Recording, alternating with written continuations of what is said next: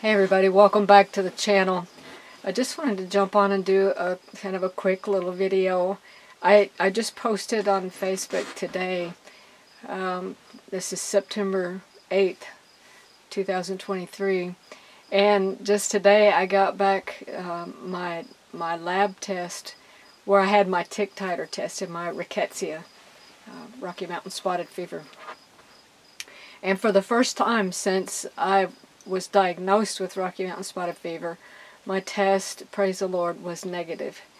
And so apparently with the Lord's help I've been able to recover from Rocky Mountain spotted fever fully. And I had a lot of people ask whenever I posted that what I did. And I already have some videos about that you can watch on our YouTube channel. But I just kind of wanted to give a little summary of what I did. It was a battle. The Rocky Mountain spotted fever nearly killed me. It's if you don't know of the tick-borne diseases, the RMSF is Rocky Mountain spotted fever is the most deadly. It has a 30% mortality rate. So I am very grateful to the Lord that He saw fit to bless my efforts, and I did. If you go back, I can't remember the name of the video that I first did when I was diagnosed. I'll try to remember to put a link to that in the video comments below. But whenever I first was diagnosed, I was sick. I thought I had the worst case of flu I'd ever had. I thought I was going to die. And I had a little bit of a rash, but not a bad rash. And so I contacted our family physician that we were working with at the time, and talked with another physician friend of mine, told him my symptoms, told him I had found a tick. This was in January. And where the tick had embedded, there was like a necrotic crater around it, about a 1/4 inch or so diameter, maybe a little less than a 1/4 inch of tissue it was necrotic, it had died. And so the doctor did the tick test, and it was off the charts. So she put me on doxycycline. I really was hesitant to take that. I questioned her quite a bit because I know a lot of antibiotics can damage your hearing, and I can't afford any more hearing loss. So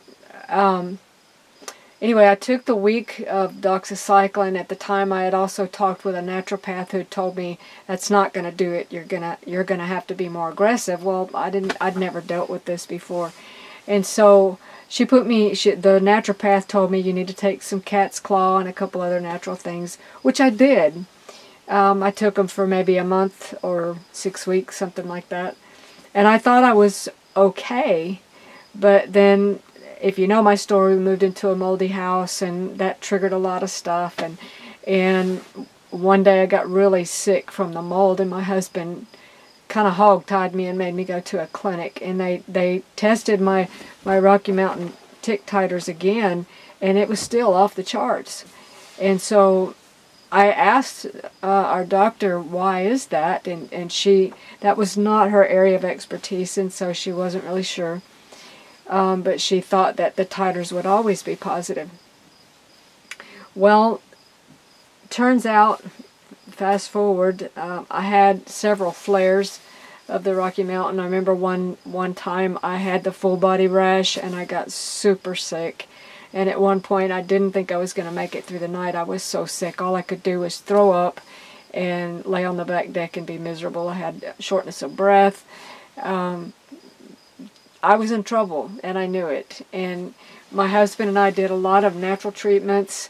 I know some of my colleagues will disagree with this. I did some coffee enemas.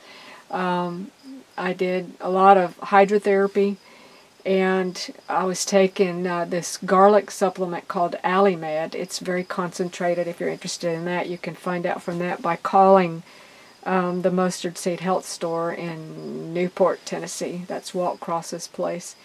So I probably took at least a dozen bottles of that stuff, and it ain't cheap. It's quite expensive. And so what we did then, let's see, I think it was December of 2022, we went to Dr. I can't remember his first name. I think it's Andrew Tide, up in, it's in Tennessee somewhere. I can't remember the name. Starts with a B, I think. Byrdstown, Tennessee. And he did $4,000 worth of lab tests, and that was out of pocket. So that was kind of owie. And so he is the one who told us your Rocky Mountain spotted fever is still active. He said you have a raging case of Rocky Mountain spotted fever, and he wanted to put me on a month to 6 weeks worth of doxycycline, and I refused. I said, I'm not going to do that. That's going to destroy my gut. I've been able to, by that time, every time I'd had my tick titers tested, they were off the charts. But he tested them, and they had come down to half what they were with Alamed and the other, natural remedies and stuff that I was doing. And so I was able to cut the tick titers in half. That was, again, December 2022. And, no, I think that was December 2021. Anyway, I'd have to go back, and if I remember, I'll look it up and put it in the comments below. Yeah, I think it was 21. At any rate, one night, my husband didn't know this, but I had gone to bed that night determined that I was done. I was not going to fight this anymore. If I was going to die, I was just going to die. And I didn't say anything to anybody but the Lord. I told the Lord, I said, that's it, I'm done. I'm not fighting anymore. I'm tired, and I don't really have any help, and so that's it. Well, about 2 o'clock in the morning, my husband told me later, the Lord woke him up just in a panic. And he went out into the living room, and he got on his computer, and he started researching Rocky Mountain spotted fever, and he came back to bed crying. And he wrapped his arms around me. He said, I'm going to help you. I'm going to help you. We're going to fight this. And I was amazed. And I told him, I said, I just told the Lord right before I went to bed that I was done. I wasn't fighting anymore. So this was a real evidence to me that God was intervening. So we talked to Dr. Diane Burnett, and because I was just kind of counseling with her on some things. And at the same time, a friend of mine told me about Dr. John St. Rose in Mesa, Arizona. And we had planned to go out and work with Dr. Diane. We were going to do a lot of hydrotherapy treatments, just be really aggressive.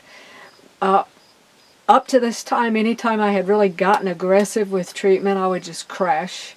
I would get so sick that I just couldn't hardly function.